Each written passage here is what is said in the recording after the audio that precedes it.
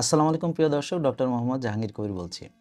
অনেক মেয়ে আছে যাদের পিএমওএস, পিসিওএস বা পিসিওডি বা পলিসিস্টিক ওভারি ডিজিজ আছে বা ইনফার্টিলিটি আছে বা অনেকের হয়তো মাসিক হচ্ছে না সঠিকভাবে বা একেবারেই বন্ধ হয়ে গেছে, বাচ্চা হচ্ছে না দীর্ঘদিন। তো এরকম প্রিয় দর্শক ভিডিওটি একটু শেয়ার করেন, কারণ অনেকে আমাদের ফলো করে আলহামদুলিল্লাহ তাদের পেটে বাচ্চা এসেছে এবং অনেকেই বাচ্চা কনসিভ করেছেন বিয়ের ১৬ বছর পরে, ১৮ বছর পরে। তো ১৮ বছর বাচ্চা হচ্ছিল না, ১৪ বছর বাচ্চা হচ্ছিল না, ১৬ বছর বাচ্চা হচ্ছিল না। তো এই যে ইনফার্টিলিটি নিয়ে অনেকে অনেক ভুগে থাকেন এবং বিভিন্ন রকম চেষ্টা করে থাকেন। তো আলহামদুলিল্লাহ লাইফস্টাইল যদি সঠিক থাকে আপনি অবশ্যই ন্যাচারালভাবে আপনি কনসিভ করবেন। এটা কোনো সন্দেহ নেই। ইনশাআল্লাহ আল্লাহ চাহে তো সব কিছুই সম্ভব প্রিয় দর্শক। তো এই সকল মেয়ে যাদের বুকে লোম হয়, দাড়ি হয়, মোচ হয় পুরুষদের মতো বা মাথায় টাক পড়ে যায় পুরুষদের মতো বা মুখে ব্রণ হয় অথবা ঘাড় কালো, কালো দাগ হয়ে যায় বা আঁচিল হয়ে যায় বা বগলের নিচে কালো, কালো দাগ হয়ে যায়। তো এরা কিন্তু আসলে খুব সাফার করে। তো এরা যখন ডাক্তার দেখাতে যায় তখন ডাক্তার তাকে হয়তো পিল খেতে দেয় অথবা মেটফর্মিন খেতে দেয়।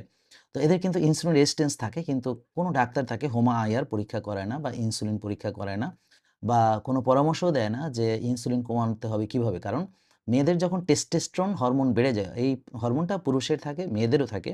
তবে মেয়েদের যদি অ্যাবনরমাল টেস্টোস্টেরন গ্রো করে, অর্থাৎ ইনসুলিন যদি বেশি থাকে এবং এই হাইপার ইনসুলিনিমিয়া, ইনসুলিনের প্রভাবে এই টেস্টোস্টেরনগুলো তৈরি হয়, তখনই মেয়েদের বুকে লোম গজায়, দাড়ি হয়, মোচ হয় পুরুষদের মতো এবং পুরুষদের মতোই মাথায় টাক পড়ে, ব্রণ হয়।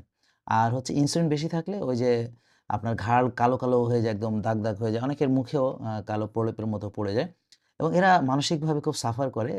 দেখেন নেগেটিভ চিন্তাগুলো আসে, অতীতের অনেক, অনেক কথা মনে পড়ে। কি কারণে মন খারাপ নিজেও বলতে পারে না। রাতে শুয়ে আছে, ঘুম হতে চায় না, হজম হতে চায় না। অনেক সময় দেখা যাচ্ছে যে পেটে গ্যাস হয়, অনেকের গ্যাসের ওষুধ খেতে হয়, অনেকের বুক ধড়ফড় করে বা কলিজা কাঁপে। তো তাদেরকে ইনটেভার খেতে হয় এবং অনেকেই আসলে মানে লাইফস্টাইল যে মানবে সে মনোবল ধরে রাখতে পারে না। সে ব্যায়াম করবে ভাবছে অনেকদিন, কিন্তু আসলে করা হয়ে ওঠে না। তো এই যে প্রবলেমগুলো তাদের হয়, তারা যে অনেক সাফার করে, তো এটা থেকে মুক্তির উপায় অবশ্যই আছে প্রিয় দর্শক। জাস্ট আপনি যদি ভাত, রুটি, ফল, দুধ, processed food, ultra processed food এগুলো বাদ দিয়ে ক্লিন ফুড খান, অর্থাৎ তাজা শাকসবজি, মাছ, মাংস, ডিম, গুড কোয়ালিটি, ফ্যাট, হ্যাঁ? তেল, ঘি ইত্যাদি। এবং আপনি যদি রোজা রাখেন, ব্যায়াম করেন, কায়িক শ্রম করেন বা যেকোনো একটা কিছু খেলাধুলা বা হাঁটা বা ইয়োগা করা এবং আপনি যদি আর্লি ঘুমাতে যান, এশার পরপর ঘুমাতে যান, ভোরে ওঠেন, হ্যাঁ? রোদে যান, ঘাসে হাঁটেন, কফি এনামা করেন, বরফ থেরাপি করেন।